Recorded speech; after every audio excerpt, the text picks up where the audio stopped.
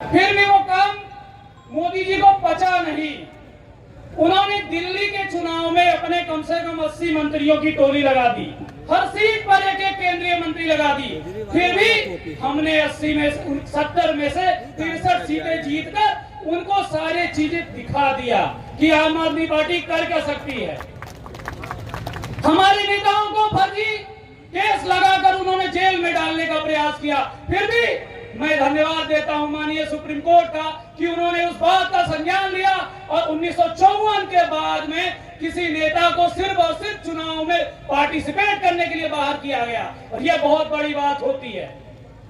यह चुनाव संविधान बचाने का चुनाव है। बार बार हमारे नेता माननीय अरविंद केजरीवाल जी, माननीय सांसद जी ये कहते हैं, संजय सिंह जी कहते हैं कि यह चुनाव संविधान बचाने का चुनाव है, क्योंकि ये बीजेपी वाले जो कहते हैं कि 400 पार, ये इसीलिए कहते हैं कि कम से कम हमारी आ जाएगी तो हम संविधान बदल देंगे, आरक्षण बदल देंगे। मगर वो इस भूल में है कि जनता उनके 10 साल के कारनामों को जान चुकी है।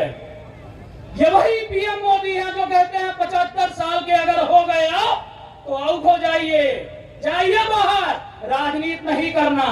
अरे पहला नंबर किसका किया इन्होंने, याद है आपको? मैं बताना चाहता हूं, सबसे पहले इन्होंने निपटाया किसको? अडवाणी जी को, जो कि पार्टी के सबसे वरिष्ठ है। बोला 75 के पार हो गए, चुनाव मत लड़िए। अरे दूसरा नंबर किसका, मैं बताता हूं। दूसरा नंबर मुरली मनोहर जोशी जी का। तीसरा नंबर किसका? सुमित्रा महाजन जी का। अरे ऐसे करते करते नंबर गिनाता लगूंगा तो 20 नंबर हो जाएंगे। और ये दोनों लोग गुजरात के पूरे देश को अपने हाईजैक कर लिए हैं, मगर वो जानते नहीं हैं हम जनता हैं। हमने दिल्ली में करके दिखाया तो पूरे देश में भी करके दिखा देंगे।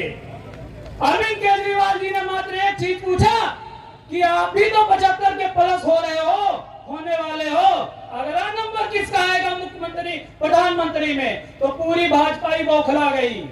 क्या कोई गलत पूछा क्या?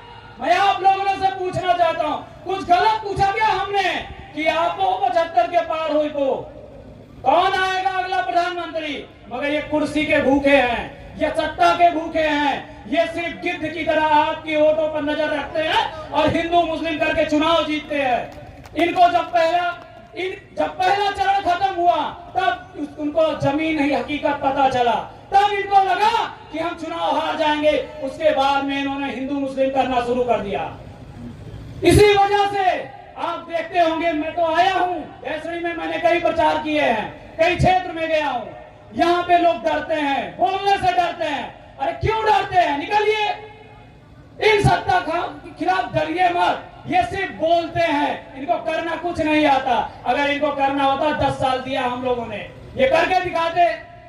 इन्हीं शब्दों के साथ मैं अपील करता हूं कि आप माननीय सांसद श्री राम श्रीमोल वर्मा जी को और राकेश यादव जी को अधिक से अधिक मत दीजिए।